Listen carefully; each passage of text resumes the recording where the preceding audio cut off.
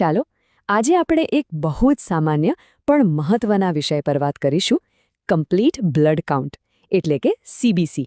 રોજબરોજ આપણી સામે કેટલાય સીબીસી રિપોર્ટ્સ આવતા હોય છે ને, બરાબર ને? પણ આજે આપણે ખાસ કરીને હિમોગ્લોબિનના આંકડાને કેવી રીતે સમજવો એના પર ધ્યાન આપીશું. મારો હેતુ એ છે કે આ ચર્ચાના અંત સુધીમાં આપણે સૌ આ સાદા લાગતા રિપોર્ટને એકદમ ધારદાર ડાયગ્નોસ્ટિક ટૂલમાં ફેરવી શકીએ. તો આજે આપણે કઈ રીતે આગળ વધીશું? સૌથી પહેલાં તો હિમોગ્લોબિનનો આંકડો જ્યારે નોર્મલ ન હોય ત્યારે જે ગૂંચવણ ઊભી થાય છે એને સમજીશું. પછી આપણે બે મુખ્ય રસ્તાઓ પર જઈશું. હિમોગ્લોબિન ઓછું હોય તો શું કરવું, જેને આપણે એનિમિયા કહીએ છીએ, અને જો હિમોગ્લોબિન વધારે હોય તો શું વિચારવું. ખાસ કરીને માઇક્રોસાઇટિક એનિમિયાને અલગ કેવી રીતે પાડવો એ જોઈશું. અને છેલ્લે જે શીખ્યા એને પાકું કરવા માટે આપણે સાથે મળીને કેટલાક કેસ ઉકેલીશું. ચાલો તો પછી શરૂ કરીએ. સૌથી પહેલો મુદ્દો છે હિમોગ્લોબિનની આ ગૂંચવણને સમજવાનો. આ આપણો સ્ટાર્ટિંગ પોઈન્ટ છે. વિચારો કે તમે ઓપીડીમાં બેઠા છો અને તમારા હાથમાં એક રિપોર્ટ આવે છે જેમાં હિમોગ્લોબિન એબનોર્મલ છે. તો પહેલું પગલું શું લેશો? જુઓ, અહીં સૌથી અગત્યની વાત એ છે કે માત્ર એ લાલ રંગમાં છપાયેલા આંકડાને જોઈને ગભરાઈ નથી જવાનું. આપણી પાસે એક સિસ્ટમ, એક માળખું હોવું જોઈએ. જો આપણે એક પદ્ધતિસર ચાલીશું તો નિદાનમાં ભૂલ થવાની શક્યતા ઓછી થઈ જશે અને આપણે સાચી દિશામાં આગળ વધી શકીશું. હવે કોઈ વસ્તુ એબનોર્મલ છે કે નહીં એ કહેવા માટે પહેલાં તો નોર્મલ શું છે એ ખબર હોવી જોઈએ, ખરું ને? તો આ છે હિમોગ્લોબિનની સામાન્ય રેન્જ. પુરુષો માટે લગભગ 13 થી 16 અને સ્ત્રીઓ માટે 12 થી 15 ગ્રામ પ્રતિ ડેસીલીટર. હા, એક વાત યાદ રાખવા જેવી છે કે આ રેન્જ અલગ અલગ લેબ પ્રમાણે થોડી ઉપર નીચે હોઈ શકે છે. ઓકે, તો હવે આપણે આપણા ડાયગ્નોસ્ટિક પાથવેની પહેલી અને સૌથી કોમન બ્રાન્ચ પર આવીએ છીએ. જ્યારે હિમોગ્લોબિન ઓછું હોય એટલે કે એનિમિયા હોય. જેવો આ રિપોર્ટ હાથમાં આવે એટલે તરત જ આપણું ધ્યાન સીબીસીના એક બીજા ખાસ પેરામીટર પર જવું જોઈએ. તો સ્ટેપ 1, ખાતરી કરો કે હિમોગ્લોબિન ખરેખર ઓછું છે, બરાબર? હવે સ્ટેપ 2 અને આ સૌથી અગત્યનું પગલું છે, એ છે મીન કોર્પસ્ક્યુલર વોલ્યુમ એટલે કે MCV જોવાનું. આ એક જ વેલ્યુ આપણને સાચા નિદાન તરફ દોરી જશે. તો આ MCV આપણને શું કહે છે? એકચ્યુઅલી એ એનિમિયાને 3 મોટા ભાગમાં વહેંચી દે છે. જો MCV 80 થી ઓછું હોય તો એ માઇક્રોસાઇટિક એનિમિયા છે, મતલબ કે રેડ બ્લડ સેલ્સ નાના છે. આમાં મુખ્યત્વે આયર્નની ઉણપ કે થેલેસેમિયા વિશે વિચારવાનું. જો MCV 80 થી 95 ની વચ્ચે એટલે કે નોર્મલ રેન્જમાં હોય તો એ નોર્મોસાઇટિક એનિમિયા છે. એમાં ક્રોનિક કિડની ડિસીઝ જેવા કારણો હોઈ શકે. અને જો 95 થી વધુ હોય તો એ છે મેક્રોસાઇટિક એનિમિયા, જ્યાં સેલ્સ મોટા હોય. એ આપણને B12 કે ફોલિક એસિડની ઉણપ તરફ ઇશારો કરે છે. આજની ચર્ચામાં આપણે સૌથી કોમન જે ઓપીડીમાં જોવા મળે છે એના પર ફોકસ કરીશું, એટલે કે માઇક્રોસાઇટિક એનિમિયા. સારું, તો હવે આપણી પાસે એક કેસ છે જેમાં હિમોગ્લોબિન ઓછું છે અને MCV પણ ઓછું છે. હવે મોટો સવાલ એ છે કે આ આયર્નની ઉણપ છે કે થેલેસેમિયા? આ બંને વચ્ચે તફાવત કેવી રીતે કરવો? ચાલો જોઈએ. આ ભેદ પારખવા માટે આપણી પાસે સીબીસી રિપોર્ટમાં જ બે બહુ જ ઉપયોગી સંકેતો છુપાયેલા છે. એક છે RDW એટલે કે રેડ સેલ ડિસ્ટ્રીબ્યુશન વિડ્થ અને બીજો છે મેન્ઝર ઇન્ડેક્સ. RDW શું છે? એ રેડ સેલ્સના કદમાં કેટલી વિવિધતા છે એ બતાવે છે. આયર્નની ઉણપમાં બોન મેરો ગમે તેવા નાના મોટા અલગ અલગ સાઇઝના સેલ્સ બનાવે છે એટલે RDW વધી જાય છે. જ્યારે થેલેસેમિયામાં સેલ્સ નાના તો હોય છે પણ લગભગ બધા એક સરખા નાના હોય છે એટલે RDW નોર્મલ કે ઓછો રહે છે. અને મેન્ઝર ઇન્ડેક્સ જે MCV અને RBC કાઉન્ટનો રેશિયો છે એ પણ બહુ મદદરૂપ છે. જો એ 14 થી વધુ હોય તો આયર્ન ડેફિશિયન્સીની શક્યતા વધુ અને જો 14 થી ઓછો હોય તો થેલેસેમિયા. ચાલો હવે એક વાસ્તવિક કેસ જોઈએ. આ આપણા પહેલા દર્દીનો રિપોર્ટ છે. ધ્યાનથી જુઓ, હિમોગ્લોબિન માત્ર 5.8, ઘણું ઓછું છે.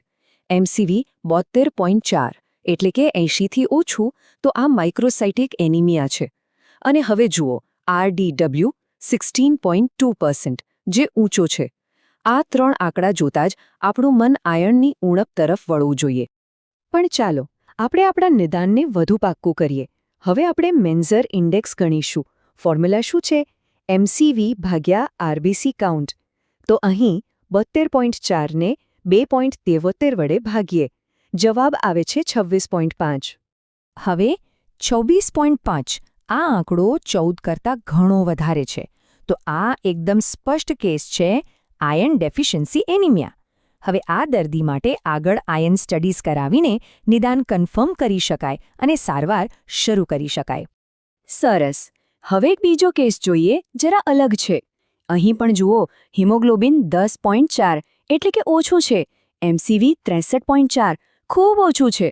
પણ અહીં આરડીડબલ્યુ જુઓ, 16% એટલે કે બોર્ડરલાઇન પર છે. બહુ વધારે નથી. અહીં થોડી ગૂંચવણ થઈ શકે. તો જ્યારે થોડી શંકા હોય ત્યારે આપણું સૌથી ભરોસાપાત્ર સાધન કયું? મેન્સર ઇન્ડેક્સ. ચાલો ગણતરી કરીએ. એમસીવી છે 63.4 અને આરબીસી છે 5.3. ભાગાકાર કરતાં જવાબ મળશે 11.96. હવે આ આંકડો 11.96 એ 14થી ઓછું છે. આ સ્પષ્ટપણે થેલેસેમિયા ટ્રેટ તરફ ઇશારો કરે છે. અને ખરેખર આ દર્દીના જ્યારે આયર્ન સ્ટડીઝ કરવામાં આવ્યા તો તે એકદમ નોર્મલ હતા. આમ નિદાનની પુષ્ટિ થઈ. ક્યારેક આ ઇન્ડેક્સ પણ આપણને ગેરમાર્ગે દોરી શકે છે. એક વાસ્તવિક કેસની વાત કરું તો એક દર્દીનો મેન્ઝર ઇન્ડેક્સ 13.6 હતો. તો નિયમ પ્રમાણે એ થેલેસેમિયા હોવો જોઈએ, બરાબર? પણ જ્યારે એમના આયર્ન સ્ટડીઝ કરાવ્યા તો એ ઓછા નીકળ્યા. આનો અર્થ શું થયો? આનો અર્થ એ છે કે આ બધા ઇન્ડેક્સ માત્ર માર્ગદર્શક છે, ગાઈડ છે. અંતિમ નિદાન હંમેશા ક્લિનિકલ પિક્ચર અને કન્ફર્મેટરી ટેસ્ટ્સ જેમ કે આયર્ન સ્ટડીઝ પર આધાર રાખે છે. આને ક્લિનિકલ પર્લ કહેવાય. હંમેશા યાદ રાખજો. ઓકે, તો એનિમિયાની વાત તો થઈ ગઈ, પણ સિક્કાની બીજી બાજુ પણ છે. શું થાય જ્યારે હિમોગ્લોબિન નોર્મલ કરતાં વધારે હોય? આ સ્થિતિને આપણે એરિથ્રોસાઇટોસિસ કહીએ છીએ. અહીં આપણો વિચારવાનો અભિગમ થોડો અલગ હશે. જ્યારે હિમોગ્લોબિન ઊંચું દેખાય ત્યારે સૌથી પહેલો સવાલ એ પૂછવાનો કે આ સાચું છે કે દેખેતું. આના બે પ્રકાર છે. એક છે રિલેટિવ એરિથ્રોસાઇટોસિસ. આમાં શું થાય? શરીરમાંથી પાણી ઓછું થઈ જાય, જેમ કે ડિહાઇડ્રેશનમાં. તો લોહી ઘાટ બને અને આરબીસીની સાંદ્રતા વધુ દેખાય, ભલે એનો કુલ જથ્થો વધ્યો ન હોય. અને બીજો પ્રકાર છે ટ્રુ એરિથ્રોસાઇટોસિસ. આમાં ખરેખર બોન મેરો વધુ પડતા રેડ બ્લડ સેલ્સ બનાવી રહ્યું હોય છે. તો આને તપાસવા માટેનું એક અલ્ગોરિધમ છે. સ્ટેપ 1. હંમેશની જેમ હિસ્ટ્રી. દર્દીને પૂછો, શું એમને ડિહાઇડ્રેશન થયું છે? શું તેઓ કોઈ ડાયુરેટિક્સ એટલે કે પેશાબ વધારવાની દવા લે છે? અને બહુ જ અગત્યનું, શું તેઓ ધૂમ્રપાન કરે છે? જો આ બધું ન હોય તો સ્ટેપ 2. ઓક્સિજન સેચ્યુરેશન તપાસો. જો એ ઓછું હોય તો કદાચ શરીર ઓક્સિજનની કમી પૂરી કરવા વધુ આરબીસી બનાવી રહ્યું છે. અને જો સેચ્યુરેશન પણ નોર્મલ હોય તો પછી આપણે ઇપીઓ એટલે કે એરિથ્રોપોએટિનનું લેવલ તપાસીશું, જે આપણને પ્રાથમિક અને ગૌણ કારણો વચ્ચેનો ભેદ સમજાવશે. એક પ્રેક્ટિકલ ટીપ યાદ રાખજો.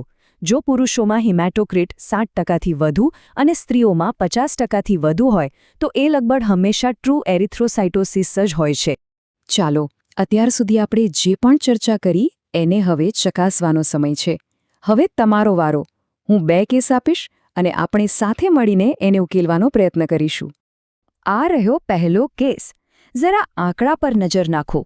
હિમોગ્લોબિન છે 10.3, એમસીવી છે 65.4 અને આરબીસી કાઉન્ટ છે 5.61 મિલિયન.